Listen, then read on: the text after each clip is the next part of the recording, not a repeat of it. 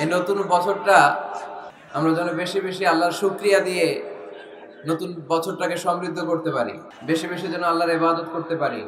নতুন বছরে আমরা শপথ নেই, আমরা যেন অন্তরে হিংসা লালন না করি, বিদ্বেষ লালন না করি, আমরা নিজেরা নিজেরা যেন কাদা ছোড়াছুরি না করি, আমরা যেন মিলেমিশে একসাথে একাকার হয়ে যাই। আল্লাহ তুমি কবুল করো, আমরা পড়ি আমিন। 60টা জিনিস মানুষ মরে যাওয়ার পরে তার কবরে পৌঁছতে থাকে। ইন্না মিম্মা ইয়ালহাকুল মুমিন মিন হাসানাতিহি বা'দা মাউতিহি। মানুষ মরে যাওয়ার পরেও যে 60টা জিনিস তার কবরে পৌঁছায় তার মধ্যে একটা হচ্ছে মসজিদান বানাহু। সে যে মসজিদ বানিয়ে গিয়েছে ওই মসজিদের সওয়াব। সুবহানাল্লাহ পড়ে। আপনি টাকা দিয়ে মসজিদ বানিয়ে দিলেন, ওই মসজিদে মুসল্লিরা নামাজ পড়ে, রোজাদাররা এসে ওখানে ইফতার খায়, তাহাজ্জুদ আদায়কারীরা তাহাজ্জুদ পড়ে, তাদের সওয়াবের কমতি হবে না, কিন্তু তাদের সওয়াবের একটা পার্সেন্টেজ সওয়াব যে ব্যক্তি মসজিদ বানালো তার আমলনামায় আল্লাহ ঢুকিয়ে দেয়। সুবহানাল্লাহ বলতে পারলেন না? হে নামাজি আমার ঘরে নামাজে পড়ো আজ, দিল মে তোমার চরণ তলে হৃদয় যায় নামাজ। হে নামাজি আমার ঘরে নামাজে পড়ো আজ, দিল মে তোমার চরণ তলে হৃদয় যায় নামাজ। পড়েন আল্লাহু আকবার। কি সুন্দর লিখেছেন কাজী নজরুল ইসলাম। মসজিদ কেমন যেন মসজিদ তার নিজের ভাষায় আল্লাহর কাছে কেঁদে কেঁদে ফরিয়াদ জানায়, আল্লাহ নামাজিরা আমার ঘরে আসে না, কি সুন্দর টাইলস, কি সুন্দর মুসল্লা, কি সুন্দর এয়ার কন্ডিশন, সব আছে কিন্তু মুসল্লি নাই, ঠিক কিনা? মসজিদগুলো আল্লাহর কাছে ফরিয়াদ জানায়, এজন্য আমরা যেন মসজিদ মুখী হই। কি মুখী? কাজী নজরুল ইসলাম খুব সুন্দর করে বলেছেন, মসজিদেরই পাশে আমায় কবর দিও ভাই, ঠিক কিনা?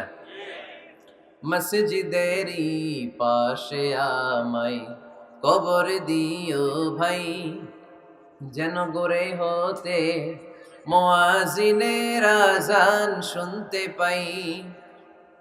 আমার গোরের পাশে দিয়ে ভাই নামাজিরা যাবে, পবিত্র সেই পায়ের ধ্বনি এ বান্দা শুনতে পাবে।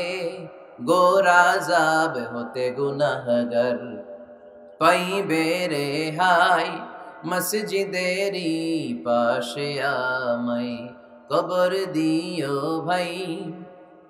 কত মানুষ নামাজি ভাই মসজিদাঙ্গিহীনাতে, আল্লাহর নামের জিকির করে লুকিয়ে গভীর রাতে। আমি তাদের সাথে ওই আল্লাহর নাম জপতে চাই, আল্লাহর নাম জপতে চাই। পড়েন সবাই, মসজিদেরই পাশে আমায় কবর দিও ভাই, যেন গড়ে হতেও মুয়াজ্জিনের আযান শুনতে পাই। চিল্লায় পড়তে হবে আমিন। কি দরদ ছিল আমাদের জাতীয় কবি কাজী নজরুল ইসলামের, মসজিদের পাশে আল্লাহ তুমি আমার কবর দিও। আল্লাহ এই দোয়াটা কবুল করে নিয়েছে, ঠিক কিনা? আপনার কবরের পাশে মসজিদ আছে না নাই? আছে। এজন্য মসজিদের সাথে সম্পর্ক জুড়ে দেওয়া এটা ইমানদারের আলামত, আর মসজিদকে ঘৃণা করা এটা মুনাফিকের আলামত। এজন্য আমরা যেন আমাদের হৃদয়টাকে মসজিদের সাথে জুড়ে দেই, মসজিদের সাথে যেন সুসম্পর্ক থাকে। মসজিদ সবার, মসজিদ নিয়ে দলাদলি নাই। দলাদলি আছে অনেক জায়গায়, হানাফি মসজিদ, আহলে হাদিস মসজিদ এরকম আমরা দেখি বা শুনি, এটা ঠিক না। হানাফি মসজিদ বলে কোনো কথা নাই, আহলে হাদিস মসজিদ বলে কোনো কথা নাই। মসজিদ সবার। ছোট্ট খাট্ট বিষয় নিয়ে মসজিদে মারামারি, একজন হাত তোলে আরেকজন তোলে না, কিলাকিলি আছে না নাই? একজন বলে জোরে আমিন, আরেকজন আস্তে আমিন, মারামারি আছে না নাই? এগুলো কি মারামারি করার কোনো বিষয়? কথা বলেন। সালাতে ফরজ আছে, ওয়াজিব আছে, সুন্নাহ আছে। খেয়াল করে বুঝবেন, ফরজ যদি নষ্ট হয় সালাত ভঙ্গ হয়, you have to repeat your সালাহ। ওয়াজিব নষ্ট হলে সালাত ভঙ্গ হয় না, নতুন করে পড়া লাগে না, সেজদায় সাহু দিলেই সালাত আদায় হয়ে যায়। আর সুন্নাহ নষ্ট হলে নামাজ নষ্টও হয় না, নতুন করে পড়াও লাগে না, সৌ সেজদাও লাগে না, নামাজ আদায় হয়ে যায়। সুন্নাহ নষ্ট হলে এই যে হাত তোলা না তোলা এটা সুন্নাহ, আমিন জোরে বলা না বলা এটা কি সুন্নাহ, যেটা কোনো কারণে কেউ না করলেও তার নামাজ কবুল করে নিবে কে? আর এই সব সুন্নত লই আমগো দেশে গিলাগিলি, মৌলভীবাজারে মাশাআল্লাহ এগুলা নাই, এখানেও আছে। এগুলার অবসান ঘটুক, আমরা চাই কি চাই না? আর কত এই ছোটখাটো বিষয় নিয়ে আমরা এই বিভেদের প্রাচীর আর দেয়ালকে উঁচু করব আমাদের মাঝখানে? কবে আমরা ঐক্যের সিন্ডিকেট করব? কবে? আর কবে সাদা মনের মানুষ হব? কবে? আর কত? অনেক হয়েছে, আর না, এবার থামেন। বিভেদের প্রাচীরকে ভেঙে চুড়িয়ে দেন, ঐক্যের এমন সিন্ডিকেট গড়তে হবে যাতে কোনো অপশক্তি এই ঐক্যকে ভাঙতে না পারে, বানচাল করতে না পারে। চিল্লায় বলেন ঠিক কিনা? এজন্য মিউচুয়াল রেসপেক্টের দরকার, পারস্পরিক শ্রদ্ধাবোধ সব ক্ষেত্রে, রাজনীতিতে, সামাজিক অ্যাক্টিভিটিসে আমাদের আলেম ওলামাদের মধ্যে পারস্পরিক শ্রদ্ধাবোধের দরকার, মিউচুয়াল রেসপেক্ট। কেউ কাউরে রেসপেক্ট করে না, আমি যেটা বুঝছি এটাই সব, বাকি সব হারাম, এরকম বলে না অনেকে?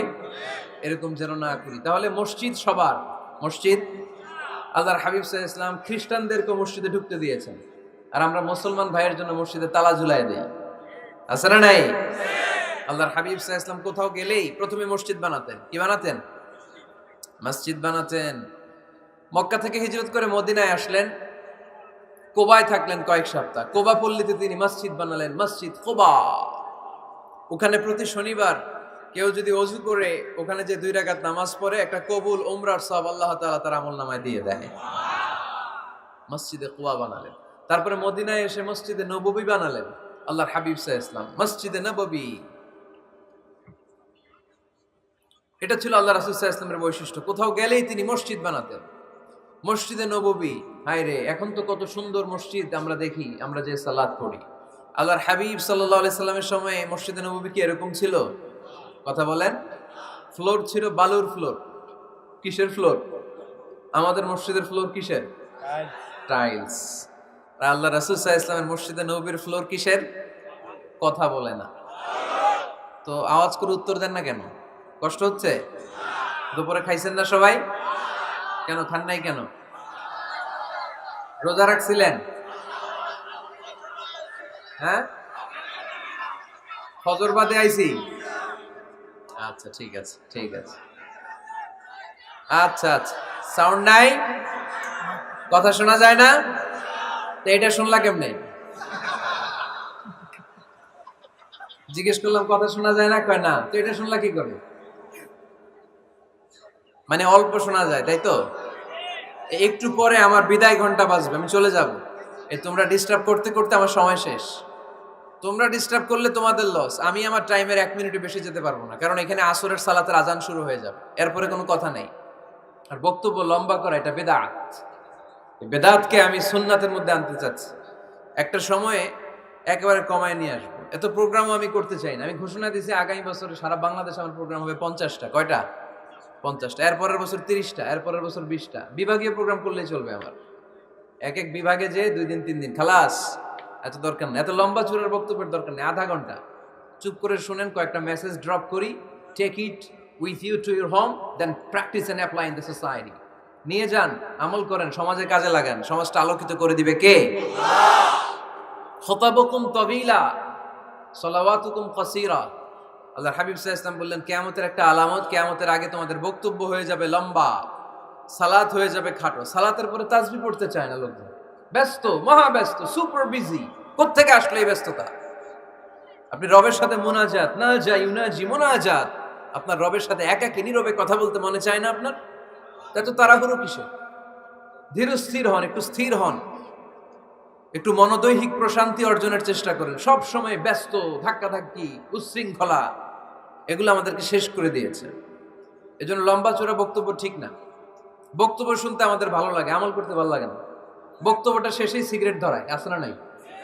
মাহফিল শেষেই বিড়ি ধরায়, কয় চমৎকার ওয়াজ করছে হুজুরে।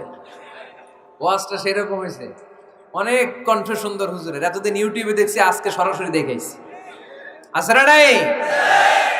কি লাভ হয়েছে? লাভটা হয়েছে কি? এই যে মাহফিল শেষে বিড়িটা ধরাইলেন আর গেলেন, কোনো লাভ হয় নাই। এগুলো থেকে বেরিয়ে আসতে হবে। বছরের পর বছর আমাদেরকে শেখানো হয়েছে একভাবে, কেউ এই পরিবর্তনের আওয়াজ তোলে নাই। আওয়াজ আপনাকে তুলতে হবে। আওয়াজ তোলার জন্য এত মানুষ লাগে না, আপনি একাই যথেষ্ট। আপনি দাঁড়ান না সামনে, দেখবেন আপনার সামনে কেউ টিকে থাকতে পারবে না, ঠিক কিনা? কিন্তু আপনার শক্ত সিদ্ধান্ত লাগবে, পরিবর্তনের জন্য শক্ত মানসিকতা লাগবে যে আমি পরিবর্তন করতে চাই। We have to change. যুগ জামানা পাল্টে দিতে চাই না অনেকজন। এক মানুষই আনতে পারে জাতির জাগরণ। এক মানুষই বিপদকালে বাঁচায় কাফেলায়, ক্ষুদ্র ডিঙ্গি বাঁচায় জাহাজ অসীম দরিয়ায়। এজন্য আপনার শক্ত সিদ্ধান্ত পারে আপনার মৌলভীবাজারটাকে দেশের শ্রেষ্ঠ জেলা, শ্রেষ্ঠ থানা হিসেবে আল্লাহর কাছে কবুল করতে, ঠিক কিনা? এই জন্য লম্বা চূড়া আলোচনা ঠিক না। ছোটখাটো অল্প কয়েকটা মেসেজ নিয়ে যেতে পারলেই that's enough. One of the minor signs before the day of judgment, your Islamic lectures will be very longer and your salah 5 times a day will be shorter. কিয়ামতের আগে বক্তব্য লম্বা, নামাজ খাটো, তাসবিহ পড়ে না, ব্যস্ত, মহাব্যস্ত। এই মহাব্যস্ততা ছাড়েন, কোরআন সুন্নাহর দিকে ফিরে আসেন। বরকত দিবে কে? বিশ্বনবীর মসজিদে নববীর ফ্লোর বালুর ফ্লোর ছিল, আমাদের ফ্লোর টাইলস। আল্লাহর হাবিব সাল্লাল্লাহু আলাইহি ওয়াসাল্লামের মসজিদে বালি নিচে, এই বালিতেই নামাজ পড়তেন। বৃষ্টি হলে কাদামাটি হয়ে যেত, কাদামাটিতেই সেজদা করতেন। সেজদা করলে কাদার মাটি আল্লাহর হাবিব সাল্লাল্লাহু আলাইহি ওয়াসাল্লামের নাকে আর কপালে লেগে যেত। তিনি সালাম ফিরিয়ে সাহাবাদের দিকে মুখ ফিরিয়ে বসলে দেখতেন প্রতিটা সাহাবীর নাকে আর কপালে কাদার মাটি মিশে আছে। তার মানে প্রিয় নবী সাল্লাল্লাহু আলাইহি ওয়াসাল্লামের মসজিদে নববী ছিল কাঁচা, কিন্তু মুসল্লি ছিল পাকা। আমাদের মসজিদগুলা হয়েছে পাকা, কিন্তু মুসল্লি কাঁচা, ঠিক কিনা? ফজরের সালাতে মানুষ নাই। ইমাম সাহেব আছেন কে কে এলাকায়? দেখি ইমাম, মসজিদের ইমাম, মাশাআল্লাহ। আপনাদের এখানে ওই মসজিদে ফজরের নামাজে কয় কাতার হয়? 5 জন 6 জন? কেনে এত কম? কেনে?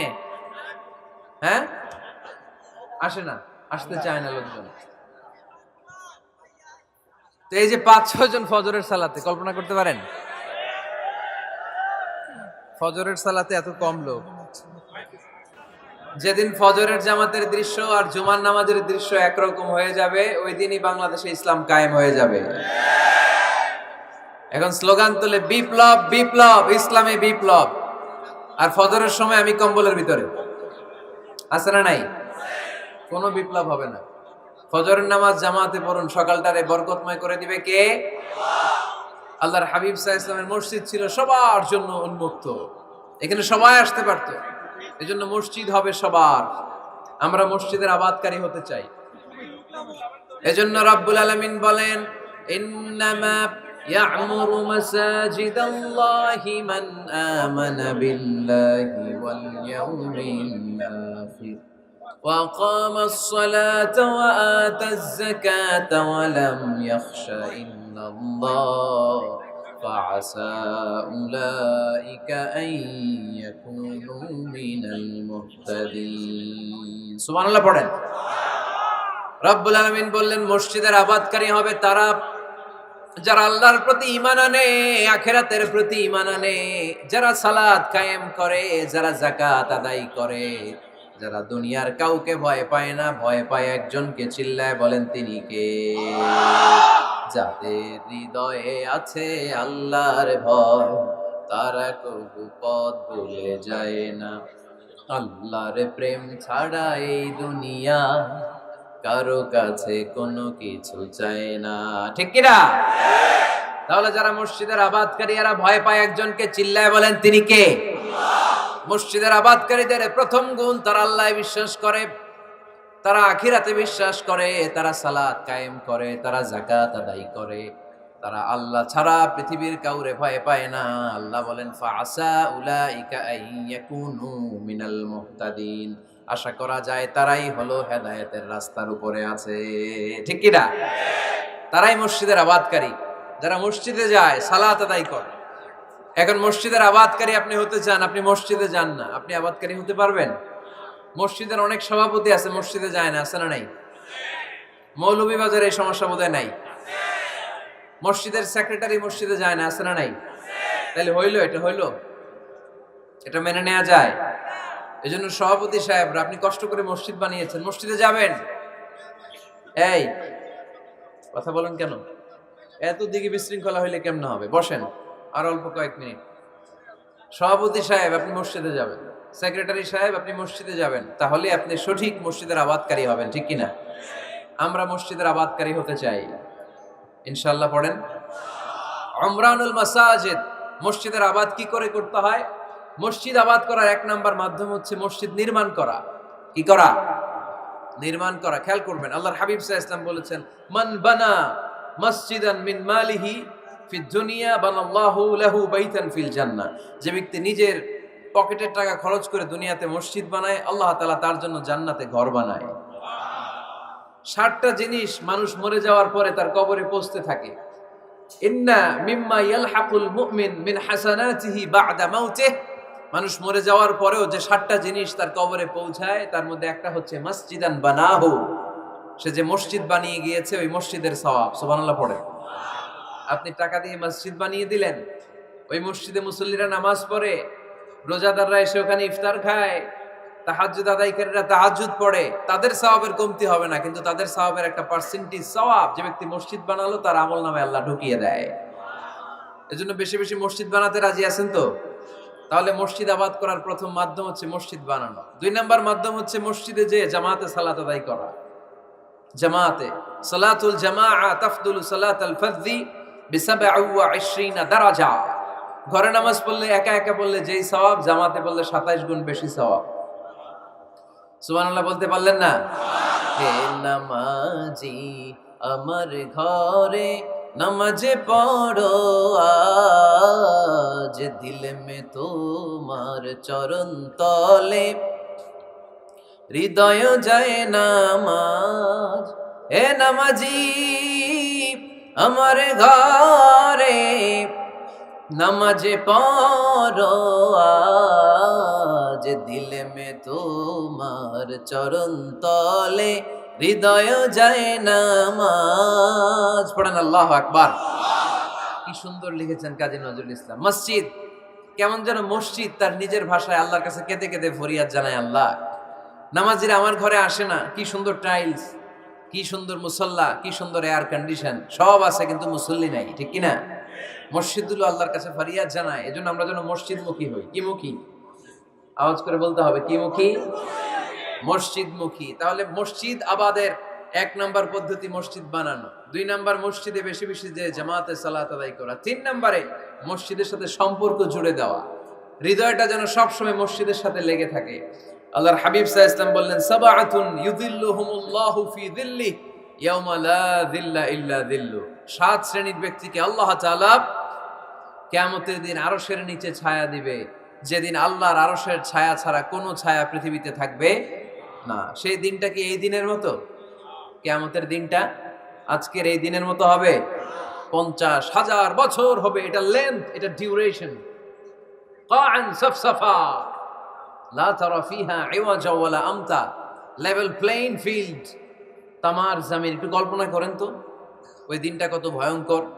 বাবা ছেলেরে চিনবে না ওই দিন, ছেলে বাবারে চিনবে না, স্ত্রী স্বামীকে চিনবে না, স্বামী স্ত্রীকে চিনবে না, পীর সাহেব মুরিদ চিনবে না, মুরিদ পীর সাহেবকে চিনবে না, নেতা কর্মীকে চিনবে না, কর্মী নেতাকে চিনবে না। হায় হায়, ইয়া নাফসি ইয়া নাফসি বলে কাঁদবে। সূর্যটা মাথার কাছে চলে আসবে, সূর্যের তাপে মাথার মগজগুলো গলে গলে নাকের ছিদ্র আর কানের ছিদ্র দিয়ে টপ টপ করে বেয়ে বেয়ে পড়বে। তৃষ্ণায় মানুষগুলো পাগল পাড়া, জিহ্বাটা বের হয়ে নাভি পর্যন্ত ঝুলতে থাকবে। সেদিন সবাই পাগলের মতো ছুটতে থাকবে, কোনো ছায়া নাই আল্লাহর আরশের ছায়া ছাড়া। আল্লাহর হাবিব বললেন, 7 শ্রেণীর ব্যক্তিকে আল্লাহ তাআলা আরশের নিচে ছায়া দিবেন। এর মধ্যে 1 শ্রেণীর ব্যক্তি, রাজুলুন কলবুহু মুআল্লাকুন বিল মাসাজিদ। ওই ব্যক্তি যার হৃদয়টা সবসময় আল্লাহর মসজিদের সাথে লেগে থাকে। মসজিদের সাথে যার হৃদয় লেগে থাকে তাকে আরশের নিচে ছায়া দিবে কে? আল্লাহ। এজন্য মসজিদের সাথে যেন আমাদের হৃদয়গুলো লেগে থাকে। অনেকেই দেখবেন এত ভালো নামাজি, জোহর পরে টেনশন করে আসরটা কই পড়বো, আসর পরে চিন্তা করে মাগরিবের সময় আমি কোথায় থাকবো, মাগরিবের সময় টেনশন, ইস এশাটা হয়ে গেলেই তো শেষ। এরকম লোক আছে না নাই? এদেরকে সেই কঠিন ভয়াবহ দিনে আরশের নিচে ছায়া দিবে কে? তারপরে মসজিদ আমাদের 4 নাম্বার পদ্ধতি, মসজিদকে পরিচ্ছন্ন রাখা, মসজিদকে ঝাড়ু দেয়া। মসজিদকে যারা পরিষ্কার করে তাদের হৃদয়ের যন্ত্রণা দূর করে দেয় কে? সাইয়েদনা ইব্রাহিম আলাইহিস সালাম এবং ইসমাঈল আলাইহিস সালামকে আল্লাহ তাআলা আদেশ করেছেন, তাহহিরা বাইতিয়া লিত-তাইফিনা ওয়াল আকিফিনা ওয়ার রুকআইস সুজুদ। হে ইব্রাহিম, ইসমাঈল, বাপ বেটা দুইজন মিলে মসজিদ ঝাড়ু দাও। কি ঝাড়ু দাও? মসজিদেরি ঝাড়ু বড়দার, ও কামারে হাত শোনো আমারে মুনাজাত। পড়েন, শোনো শোনো ইয়া ইলাহি আমারে মুনাজাত, শোনো আমারে মুনাজাত। পড়েন আমিন। মসজিদ ঝাড়ু দেওয়া মসজিদ আবাদের অন্তর্ভুক্ত। আপনারা কেউ কোনোদিন মসজিদ ঝাড়ু দিয়েছেন নাকি? কে কে দিয়েছেন দেখি? সবাই? সবাই মসজিদের খাদেম? মাশাআল্লাহ। আমিও দিছি মসজিদ ঝাড়ু, অনেক দিছি। মাশাআল্লাহ, আল্লাহ তুমি কবুল করো। যাদের হৃদয়ে বড় জ্বালা, ফ্যামিলিতে সুখ নাই, শান্তি নাই, তারা হৃদয়ে প্রশান্তি আনতে চাইলে এতিমখানায় যাবেন, এতিমের মাথায় হাত বুলিয়ে দিবেন, এতিমের মুখে খাবার তুলে দিবেন। আপনার হৃদয়টারে নরম করে দিবে কে? আল্লাহর ঘর মসজিদে যাবেন, নিজ হাতে মসজিদটারে একটু পরিষ্কার করে দিবেন, আপনার জীবনটারে উজালা করে দিবে কে? তাহলে এগুলো করার মাধ্যমে আমরা মসজিদের আবাদ করতে চাই। আমরা মসজিদের আবাদকারী হতে চাই কি চাই না? আল্লাহর ঘর মসজিদ আবাদ করার মতো শ্রেষ্ঠ কাজ পৃথিবীতে হতে পারে না। এই মসজিদের কিছু আদব আছে, আল্লাহ রাসূল সাল্লাল্লাহু আলাইহি ওয়াসাল্লাম বলেছেন এই আদবগুলো মেনটেন করে যেন আল্লাহর ঘর মসজিদের সাথে আমরা ব্যবহার করি। মসজিদের 1 নম্বর আদব হচ্ছে মসজিদে ওযুর সাথে প্রবেশ করা। কিসের সাথে? ওযু করে পরিচ্ছন্ন হয়ে মসজিদে প্রবেশ করা। এজন্য অপবিত্র অবস্থায় গোসল ফরজ, এরকম অবস্থায় মসজিদে ঢোকা যাবে? কথা বলেন, ঢোকা যায়? যেই নারীদের মাসিক চলতেছে, মেনস্ট্রুয়েশনাল পিরিয়ড চলতেছে, ওই নারীদের পক্ষে মসজিদে ঢোকা জায়েজ আছে? নাই। তাহলে এটা হলো 1 নম্বর আদব। মসজিদে ঢোকার সময় কি করে ঢুকবো? ওযু করে। আওয়াজ করে বলেন, কি করে ঢুকবো? ওযু করে। 2 নম্বর আদব হচ্ছে মসজিদে যাওয়ার সময় সবচেয়ে ভালো জামাটা পরে যাব, সবচেয়ে ভালো পাঞ্জাবিটা পরে যাব। জানতো আপনারা? না সবচেয়ে সিরাটা পরে যান? হ্যাঁ, অনেকের নামাজের জন্য একটা পুরান জামা আছে, সিরা পাড়া, এদিকে হাত উঠালে এদিকে দেখা যায়, আছে না নাই? সবচেয়ে সিরা পাড়াটা রাখে নামাজের জন্য, কপাল পোড়া। আর সুন্নতে খাতনার অনুষ্ঠানে গেলে মাশাআল্লাহ লেহেঙ্গা গায়ে দেয়া যায়, আছে না নাই? না, আপনি ইবাদতের জন্য সবচেয়ে সুন্দর জামাটা রাখবেন। এজন্য রাব্বুল আলামিন বলেন, ইয়া বানি আদম খুযু যিনাতাকুম ইনদা কুল্লি মাসজিদ। ও বনি আদম, তুমি যখন আল্লাহর ঘর মসজিদে ঢুকবা, ও বনি আদম, তুমি যখন নামাজের মুসল্লায় দাঁড়াবা, তোমার সবচাইতে দামি, সবচাইতে সুন্দর জামাটা গায়ে দিয়ে তুমি নামাজে দাঁড়াও। ঠিক কি না? তাহলে এখন মসজিদে যাওয়ার সময় কি গায়ে দিয়ে যাবেন বলেন? খিতা করবেন? হ্যাঁ, মাশাআল্লাহ। হ্যাঁ, সবচেয়ে ভালো কাপড়টা আয়রন করে পারফিউম মেখে তারপরে আমরা যাব। রাজি আছেন তো? 3 নম্বর আদব হচ্ছে মসজিদে ঢোকার সময় বাম পা দিয়ে ঢুকতে হয়।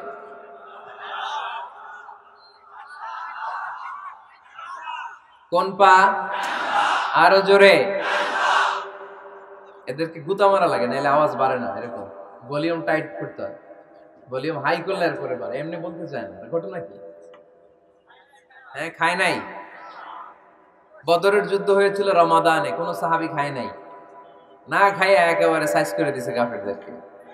আমরা না খেলেও আমাদের হৃদয়ে ইমানি শক্তি আছে না নাই? এই তো বোঝা যাচ্ছে ইমানি শক্তি আছে। এতক্ষণ আছিল কই? তো মসজিদে ঢোকার সময় কোন পা দিয়ে? এগুলো মনে থাকে আমাদের? ভুলা যাই আমরা, খেয়াল থাকে না তো এগুলা? এত কিছু মনের মধ্যে রাখলে এগুলো মনে থাকবে কেমনে?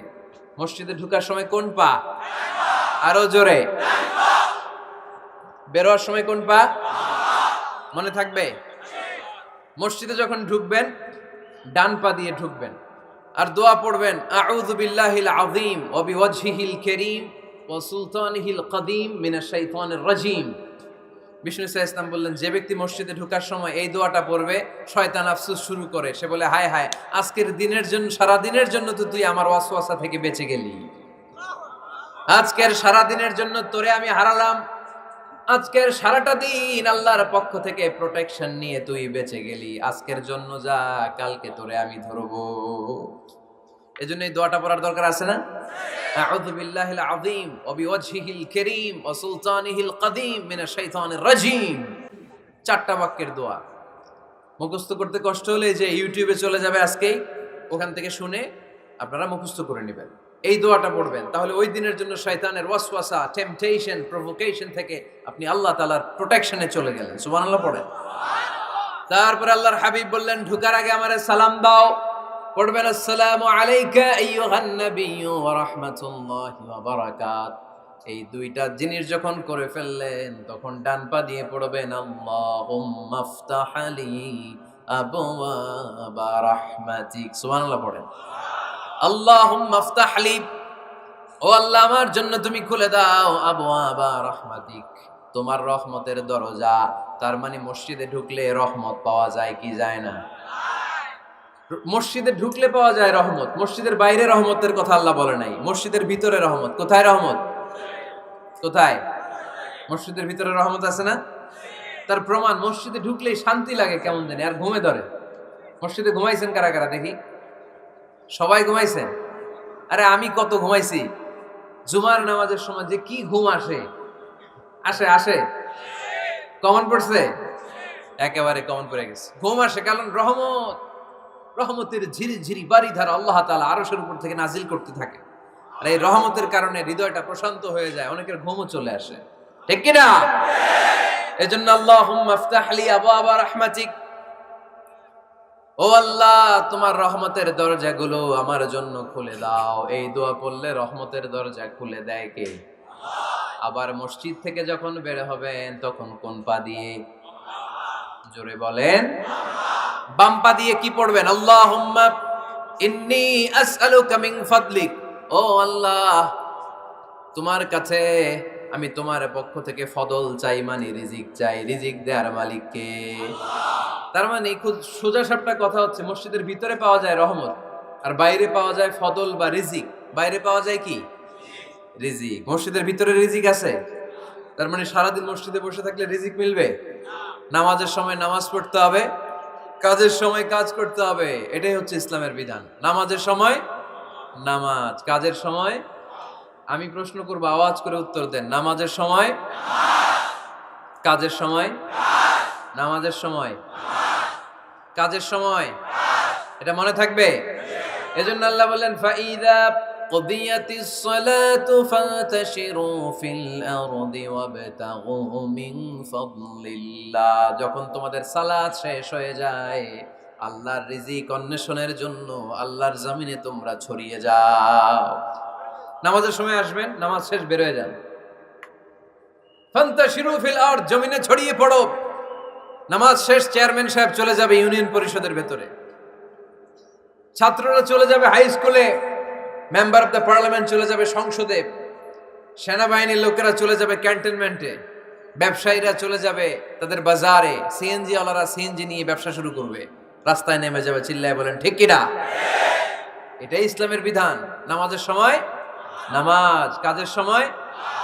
আচ্ছা, তাহলে প্রথম সুন্নাত পেলাম, পবিত্র হয়ে ঢুকবো, ভালো জামা পরে ঢুকবো 2 নাম্বার। 3 নাম্বার, ঢোকার সময় কোন পা, বের হওয়ার সময়। 4 নাম্বার, মসজিদে ঢুকেই 2 রাকাত। মসজিদে ঢুকে কয় রাকাত পড়েন আপনারা? তাহিয়াতুল মসজিদ, মসজিদে আপনি ওয়েলকাম জানাবেন, ঢুকেই 2 রাকাত পড়বেন, ওযু করলেই 2 রাকাত। আল্লাহর হাবিব সাল্লাল্লাহু আলাইহি ওয়াসাল্লাম মসজিদে নববীতে জুমার খুতবা দিচ্ছেন। খুতবা চলাকালীন সময়ে এক সাহাবী এসে মসজিদের মধ্যে বসে পড়লেন। আল্লাহর হাবিব সাল্লাল্লাহু আলাইহি ওয়াসাল্লাম সাহাবীরে বললেন, দাঁড়াও। সাহাবী দাঁড়ালেন। আল্লাহর নবী জিজ্ঞেস করলেন, কেন বসে বললা? 2 রাকাত পড়ছো নাকি? সাহাবী বলে, পড়ি নাই।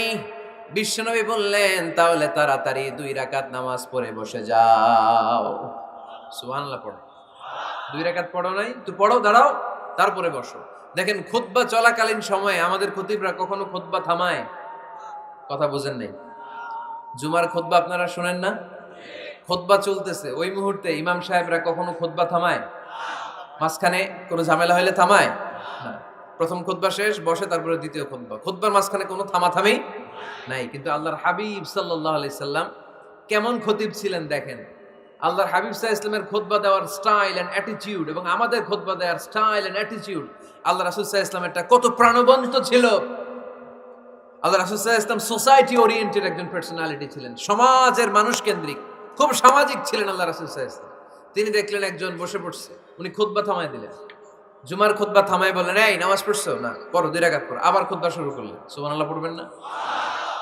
একবার তিনি খুতবা দিচ্ছেন, দেখলেন আল্লাহ রাসূল সাল্লাল্লাহু আলাইহি ওয়াসাল্লামের দুইজন নাতি হাসান আর হুসাইন রাদিয়াল্লাহু তাআলা আনহুমা, ছোট্ট মানুষ, কাতারের ভিতরে ঢুকে কোন সাহাবী টুপি টান দেয়, কারো পাগড়ি ধরে টান দেয়, একজন এদিকে দৌড় দেয়, আরেকজন ওদিকে দৌড় দেয়। মসজিদে একটা ডিস্টার্ব হচ্ছে।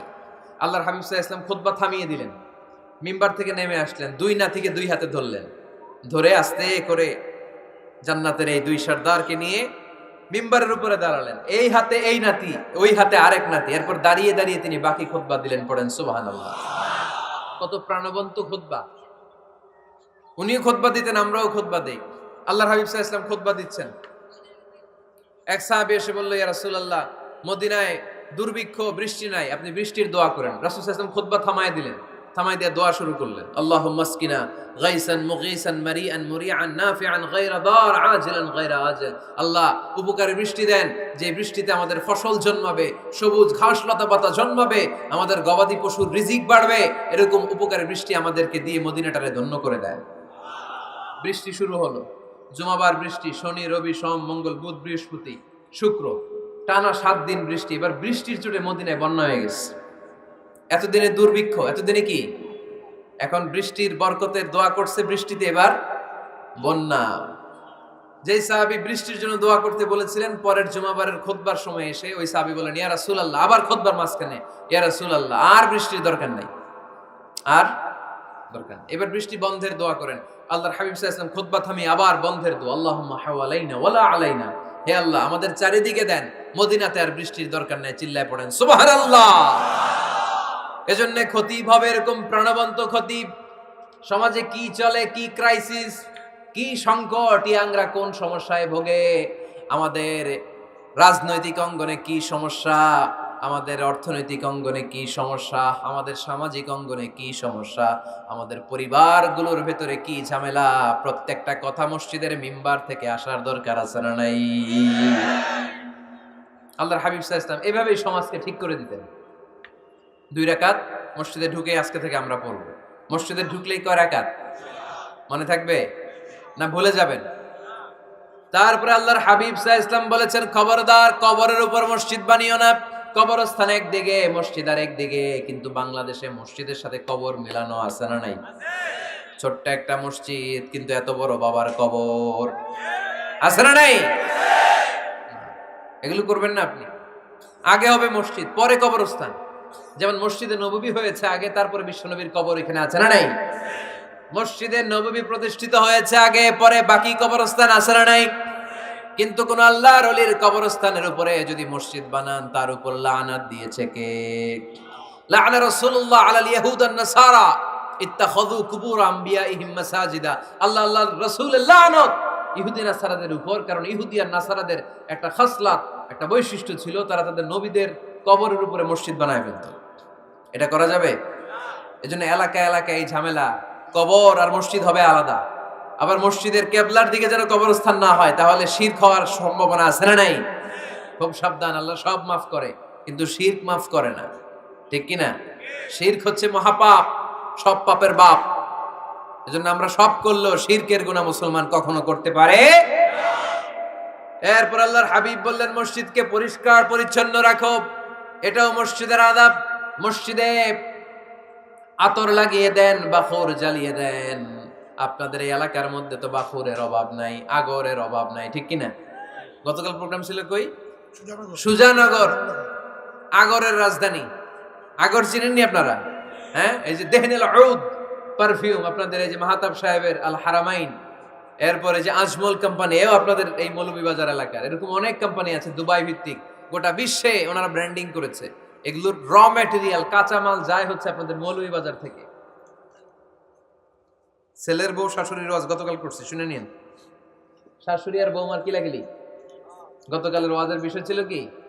শাশুড়ি বৌমার কিলাকিলি কি করে থামাবেন, শুনে নিন। আচ্ছা ঠিক আছে, মুফতি সাহেবদের কাছ থেকে জেনে নেবেন এই প্রশ্ন। আমি উত্তর দিলে আবার কিলাকিলি লেগে যাবে বাংলাদেশ, কিলাকিলির দরকার নেই। সম্মানিত ভাইয়েরা, মসজিদ পরিষ্কার পরিচ্ছন্ন রাখবেন, এই বাখুর জ্বালাবেন, দেহিনেল উদ, এই পারফিউম গুলো ছড়িয়ে দিবেন। মসজিদের মধ্যে অনেক মসজিদে দুর্গন্ধ আছে না নাই? এই কার্পেটের মধ্যে ময়লা, পরিষ্কার করে না। আল্লাহর হাবিব সাল্লাল্লাহু আলাইহি ওয়াসাল্লাম বলেছেন, খবরদার। আম্মা জান আয়েশা বর্ণনা করেন, আমার রাসূলুল্লাহ সাল্লাল্লাহু আলাইহি ওয়াসাল্লাম বিবিনাইল মসজিদ ফি দুয়ার ওয়া আন তুতাইয়াবা ওয়া তুনাযাফ, আমরা যেন এলাকা এলাকায় মসজিদ বানাই, মসজিদগুলোকে যেন পারফিউম দিয়ে, আতর দিয়ে সুগন্ধময় করে দেই। বিশ্বনবী আদেশ করেছেন, সুবহানাল্লাহ পড়ুন। এজন্য কোনো অপরিচ্ছন্ন মসজিদ থাকতে পারবে না। মসজিদের পাশ দিয়ে গেলে আতরের ঘ্রাণে আমোদ হয়ে লোকজন যেন বুঝতে পারে এটা আল্লাহর ঘর, মসজিদ। চিল্লায় বলেন ঠিক কি না?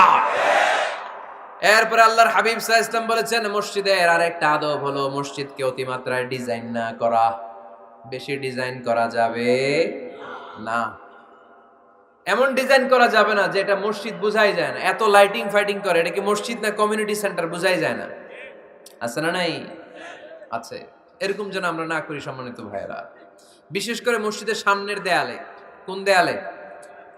সামনের দেয়ালটা, কেবলার দিকে যেই দেয়াল, এই দেয়ালটা হতে হবে ফ্রেশ, যাতে করে মানুষের দৃষ্টি আকর্ষণ না করে। প্রায় মসজিদের দেয়ালের মাঝখানে দেখবেন আপনি ক্যালেন্ডার ঝুলায় রাখে, আছে না নাই? মৌলভীবাজারে কি অবস্থা? খিতা খবর আছে? তো এই যে ক্যালেন্ডার ঝুলায় রাখে, ওইখানে দেখবেন বিভিন্ন মসজিদের ছবি, এতিমখানার ছবি, মানুষের ছবি। তো মানুষ নামাজও পড়ে, আবার ওগুলোও তাকায়, আছে না নাই? প্রথম কাতারে পরে ওইখানে কি লেখা, এগুলো পরে, তার ডিস্টার্ব হচ্ছে না? এই মুসল্লির দৃষ্টি যাতে অন্যদিকে না যায়, এটা খেয়াল রাখতে হবে। যদি পারা যায়, মসজিদের সামনে কোনো ঘড়ি টড়ি চলবে না। ঘড়ি মসজিদের পেছনের দেয়ালে, সময়সূচি পেছনের দেয়ালে, সব পেছনে। সময় কয়টা বাজে ওটা ইমাম দেখলেই চলবে, ইমাম এভাবে দেখে নিবে, আপনারাও দেখে নিবেন। কিন্তু সামনের দেয়ালটা যত সিম্পল করা যায়। আল্লাহর হাবিব সাল্লাল্লাহু আলাইহি ওয়াসাল্লাম নামাজ পড়া অবস্থায় সামনে এমন কিছু রাখতেন না যেটার দ্বারা আল্লাহর হাবিব সাল্লাল্লাহু আলাইহি ওয়াসাল্লামের সালাতে মনোযোগ অন্যদিকে চলে যায়। আমরা যখন সালাত পড়ি, যদি অন্যদিকে তাকাই, ফেরেশতার মাধ্যমে আল্লাহ একটা ডাক দেয়, বলে আকবিল, এই বান্দা ফিরে আয়, তোর নজর থাকা দরকার সিজদার জায়গায়, ফিরে আয়। আপনি আবার যখন অন্যদিকে তাকান, আল্লাহ বলে ফিরে আয়, সিজদার দিকে তাকা। আপনি আবার যখন ঘড়ির দিকে তাকান, আল্লাহ বলে আকবিল, ফিরে আয়, সিজদার দিকে তাকা। আপনি যখন আবার অন্যদিকে তাকান, তখন আল্লাহ বলে লা হাজাতা লি ইলা সালাতিক, তোর এই নামাজের দরকার আমার নাই। নাউজুবিল্লাহ পড়বেন না? তোর এই নামাজের দরকার আমার নাই। অজু করে কষ্ট করে যাকে খুশি করার জন্য আপনি সালাতে দাঁড়ালেন, উনি যদি বলে এই নামাজের দরকার নাই, তা কার জন্য নামাজ পড়লেন আপনি? কথা কি বুঝতে পেরেছেন? এই জন্য এলাকার গণ্যমান্য ব্যক্তিবর্গ আছে, আমাদের চেয়ারম্যান সাহেব আছে, আরো অন্যান্য বিজনেস ম্যাগনেটরা আছে। আপনারা মসজিদ যখন নির্মাণ করবেন, সামনের দেয়ালটা যত সাদামাটা হতে পারে ততই ভালো। এমনকি জায়নামাজের মধ্যে এখন কাবা ঘরের ছবি আছে না নাই? আছে না? কি মুসলমান আমরা, নিজের কাবারে নিজে লাথি মারি নামাজের আগে, মনের অজান্তে নিজের কাবাকে নিজে লাথি মারছি। এরকম জায়নামাজ ব্যবহার করা নিষেধ। চিল্লায় বলেন ঠিক কিনা? সাদা ফ্রেশ জায়নামাজ বাজারজাত করেন, আপনাদের সিদ্ধান্তই ওনাদের ব্যবসা বয়কট হয়ে যাবে। আপনারা যদি এখন থেকে মসজিদের মিনারা আর কাবা ঘরের যে প্রতিকৃতি বা ছবি, এরকম ছবি সম্বলিত জায়নামাজ কিনা বন্ধ করে দেন, এদের মার্কেট থাকবে? কথা বলেন। কালকে থেকে আমরা জায়নামাজ কেনার সময় ফ্রেশ জায়নামাজ কিনবো। কোনো মসজিদ, কোনো মিনার, আমাদের কাবা ঘরের ছবি সম্বলিত কোনো জায়নামাজ কিনা যাবে? আওয়াজ করে বলেন, যাবে? যাবে না। এগুলো হচ্ছে মসজিদের আদাব। এগুলো রক্ষা করে মসজিদে ঢোকার দরকার আছে না নাই? পৃথিবীতে 3টা মসজিদ সবচাইতে শ্রেষ্ঠ মসজিদ। কয়টা? আওয়াজ করে বলেন না। 1 নাম্বার মসজিদুল হারাম, ফাওয়াল্লু উজুহাকুম শাতরা, যেখানেই তোমরা নামাজ পড়ো না কেন মসজিদের হারামের দিকে হয়ে নামাজ পড়ো। কেবলা কোন দিকে আজকে? এদিকে, এইদিকে কেবলা। আমি যদি এদিকে হয়ে পড়ি, নামাজ হবে না? হবে না কেন? কারণ কেবলামুখী হয়ে নামাজ পড়া ফরজ। চিল্লায় বলেন ঠিক কিনা? মসজিদুল হারাম পৃথিবীর প্রথম মসজিদ। ওখানে একটা ঘর আছে, ঘরটার নাম হলো কাবা। ইন্না আউওয়ালা বাইতিন উদিআ লিন-নাসি লাল্লাযী বিবাক্কাতা বিবাক্কাতা মুবারাকা। এই পৃথিবীর প্রথম ঘর যেই ঘরটা স্থাপিত হয়েছে বাক্কা শহরে। বাক্কা মক্কার আগের নাম, এখন শহরের নাম মক্কা, আগে নাম ছিল কি? সবাই বলেন কি নাম ছিল? বাক্কা। এটা পৃথিবীর আদি ঘর, সব নবীদের পরশধন্য পদধূলিতে এই জায়গাটা বরকতময় হয়েছে। এটা এমন ঘর যেই ঘরের চারদিকে 1 রাকাত নামাজ পড়লে 1 লক্ষ রাকাতের সওয়াব পাওয়া যায়। হজ উমরা করেছেন কে কে দেখি? হজ উমরা করেছেন আপনারা না? মাশাআল্লাহ। আমরা যারা করতে পারি নাই আল্লাহ তাদেরকেও তৌফিক দাও। আমরা যেন এই কাবা ঘরে যে প্রাণ ভরে সালাত আদায় করতে পারি, আল্লাহ তৌফিক দান করো। আমরা যেন মসজিদে নববীতে যে প্রাণ ভরে সালাত পড়তে পারি, তৌফিক দান করো। আল্লাহর হাবিব সাল্লাল্লাহু আলাইহি ইসলামের কবরের সামনে দাঁড়িয়ে যেন আমরা প্রাণ খুলে মন প্রাণ উজাড় করে বিশ্বনবী সাল্লাল্লাহু আলাইহি ইসলামকে সালাম দিতে পারি, আল্লাহ তৌফিক দান করো। এই কাবা ঘরকে কেন্দ্র করে প্রতিদিন 100টা রহমত নাজিল হয়। আওয়াজ করে বলেন কয়টা? আল্লাহর হাবিব বললেন প্রতিদিন প্রতিনিয়ত 100টা রহমত নাজিল হতেই থাকে। 60টা রহমত তাদের উপর নাজিল হয় যারা কাবা ঘরের চারদিকে তাওয়াফ করে। 40 লিল মুসাল্লিন, বাকি 40টা নাজিল হয় যারা কাবা ঘরের পাশে নামাজ পড়ে। ওয়া 20 লিন নাযিরিনা ইলাল কাবা, বাকি 20টা রহমত প্রতিনিয়ত নাজিল হয় যারা তাওয়াফ করে না, সালাত আদায় করে না, শুধু কাবার গিলাফের দিকে তাকিয়ে থাকে। কাবার দিকে তাকায় থাকলেই সওয়াব। সুবহানাল্লাহ পড়েন। 1 রাকাতে কয় লক্ষ রাকাতের সওয়াব? এজন্য আল্লাহর হাবিব সাল্লাল্লাহু আলাইহি ওয়াসাল্লাম বলেছেন লা তুশাদ্দুর রিহাল ইল্লা ইলা সালাসাতি মাসাজিদা, স্পেশাল ভার্চু এন্ড রিওয়ার্ড, বিশেষ সওয়াবের নিয়তে পৃথিবীর এই 3টা জায়গা ছাড়া কোথাও নিয়ত করে ভ্রমণ করা জায়েজ নাই। 1 হচ্ছে মসজিদুল হারাম, 2 হচ্ছে মসজিদ নববী, 3 হচ্ছে মসজিদুল আকসা। এই 3টা মসজিদ ছাড়া পৃথিবীর কোনো মসজিদে নিয়ত করে সফর করা যাবে না, বিশেষ নিয়তে সফর করা যাবে না। যে আমি যদি এই মৌলভীবাজারের জামে মসজিদে যাই বেশি সওয়াব পাওয়া যাবে, এই নিয়তে সফর করা যাবে না। বেশি সওয়াব শুধু এই 3 মসজিদে। মসজিদুল হারামে 1 রাকাতে কত রাকাতের সওয়াব? কথা কয় না, বুঝে নাই বোধহয়। কয় লক্ষ? আর মসজিদে নববীতে 1 রাকাতে 1000 রাকাতের সওয়াব। আরেক বর্ণনায় আছে 50,000, বর্ণনাটা দুর্বল। সহিহ বর্ণনায় এসেছে 1 রাকাতে 1000 রাকাতের সওয়াব। মসজিদুল আকসায় সালাত পড়লে 1 রাকাতে, এক বর্ণনায় এসেছে 250 রাকাতের সওয়াব, আরেক বর্ণনায় এসেছে 500 রাকাতের সওয়াব।